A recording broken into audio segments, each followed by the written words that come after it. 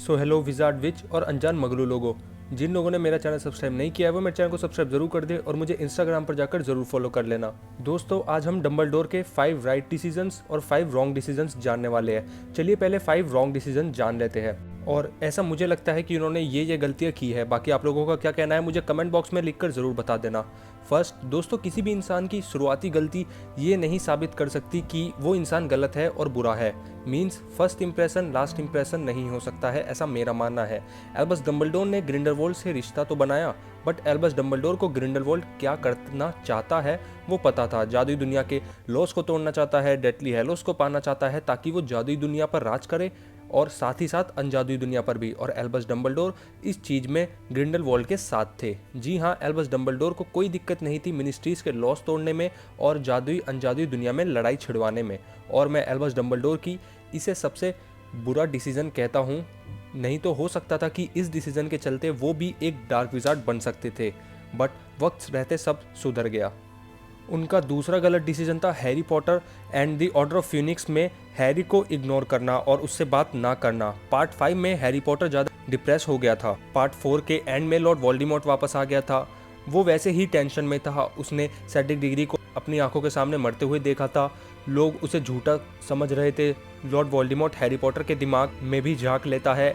ऐसे में उसे एल्बस डंबलडोर के साथ की सबसे ज़्यादा ज़रूरत थी, बट उस पूरे पार्ट में वो उसके साथ नहीं रहते। तीसरी उनकी सबसे बड़ी गलती थी कि उन्होंने मार्वल गॉड की रिंग पहनी। उसमें पुनर्जीवन पत्थर था तो उन्हें एकदम ही लगा कि वो अपनी फैमिली को देख सकते हैं एक और बार। वो पूरी तरह भूल गए थे कि ये रिंग एक हॉक्रक्स है। और जैसा ही वो रिंग उन्होंने पहनी तो उन पर कर्स लग गया और अब उनके पास जीने के लिए ज़्यादा समय नहीं बचा था। अब दोस्तों हुआ ये होगा कि उन्हें अपने परिवार की याद तो आती ही होगी, तो पुनर्जीवन पत्थर को देख के वो एकदम ही ऐसे हो गए कि मैं अपने परिवार को फिर से जिंदा कर सकता हूँ, फिर से एक और बार देख सकता हूँ। लेकिन वो इस चीज़ में ये बात भूल गए कि ये रिंग एक हॉक्रक्स है, तो जरा सावधानी से पहले इस रिंग को डिस्ट्रॉय कर देता हूँ, बाद में पुनर्जीवन पत्थर निकाल सकता हूँ, जैसा कि उन्होंने बाद में करा था, लेकिन तब तक बहुत देर हो चुकी थी। फोर्थ उनकी जो गलती जो मुझे लगी है वो है डेडली फॉरेस्ट को यूज़ करना स्टूडेंट को पनिश करने में। उन्होंने ड्रैको, हरमाइनी, रॉन, हैरी के साथ किया और ये काफ़ी पॉपुलर मीम भी बना, क्योंकि स्टार्टिंग में एल्बस डंबलडोर ने साफ साफ कहा था कि फॉरबिडन फॉरेस्ट में जाना मना है, वहाँ खतरनाक स्पाइडर है और भी कई तरह के जानवर है जो आपकी आईबॉल्स निकाल कर खा जाएंगे, और वो भी बिना किसी कारण के। तो यार मेरे हिसाब से थोड़ा गलत है कि स्टूडेंट को पनिश करने के लिए फॉरबिडन फॉरेस्ट में भेजना। और फिफ्थ फनी मिस्टेक जो मुझे एल्बस डंबलडोर की लगती है वो है 10 पॉइंट्स टू ग्रिफिंडर, और ये भी एक बहुत अच्छा मीम बना है और ग्रिफिंडर ही हाउस कप जीत लेता है।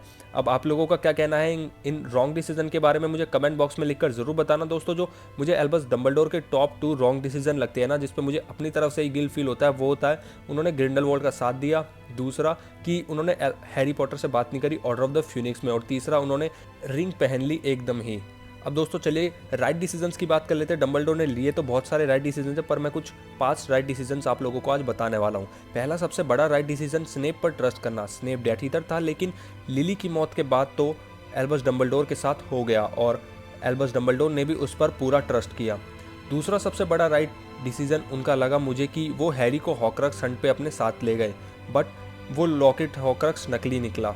लेकिन हैरी पॉटर को पता चल गया कि कितने हॉक्रक्स है और उसे ये भी पता चल गया था कि उसे अब हॉक्रक्स डिस्ट्रॉय करने हैं। तीसरा उनका सही डिसीजन था फ्यूनिक्स को चैम्बर ऑफ सीक्रेट में भेजना, और फ्यूनिक्स ने काफ़ी अच्छा काम भी किया था चैम्बर ऑफ सीक्रेट में। जैसे कि हमने देखा था कि उसने बेसिलिक की आग फोड़ दी थी, जिस वजह से हैरी पॉटर को और भी ज़्यादा आसानी हुई थी बेसिलिक से लड़ने में।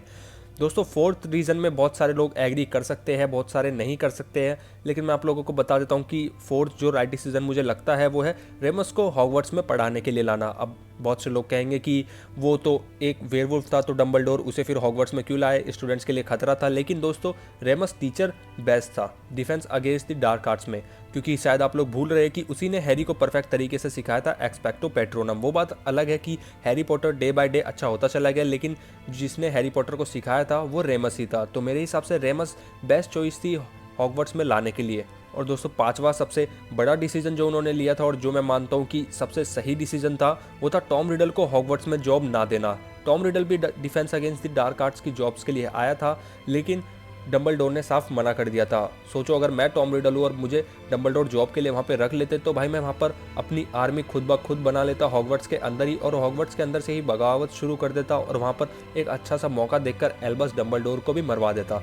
ये सबसे बेस्ट डिसीजन था। उन्होंने टॉम रिडल को हॉगवर्ट्स में पढ़ाने की इजाज़त ना दी, और हाँ, टॉम रिडल हॉक्रक्स भी बना सकता था लाइक ग्रिफिंडर की तलवार को। तो दोस्तों ये थी मेरी आज की वीडियो। आई होप आप लोगों को पसंद आएगी। पसंद आई हो तो चैनल को जरूर सब्सक्राइब कर देना, वीडियो को जरूर लाइक कर देना। आप लोग क्या सोचते हैं इन राइट और रॉन्ग डिसीजंस के बारे में मुझे कमेंट बॉक्स में लिखकर जरूर बताना।